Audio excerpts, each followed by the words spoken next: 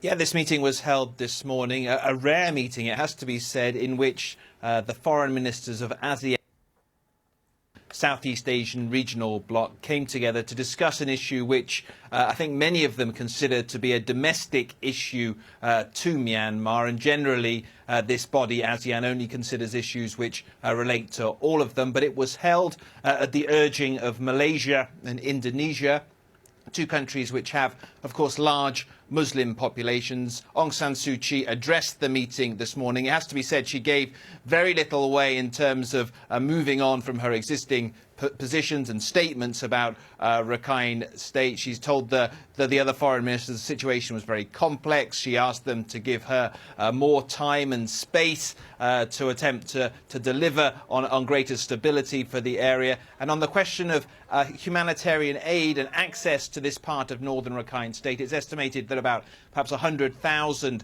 of the Rohingya Muslim minority are without assistance in this part of northern Rakhine State because the military has basically shut it down. Well, there wasn't much to encourage aid agencies there either. Aung San Suu Kyi talking about necessary humanitarian access being allowed into the area rather than the free and full and unfettered access which these aid agencies would like to see. So, yes, that meeting was held. Yes, it was very rare and unprecedented in some ways. But in terms of how much of a difference it will actually make to the Rohingya, well, very hard to see what difference it will make at all, actually. Very briefly, Jonah, just how desperate is the situation for many of those Rohingya?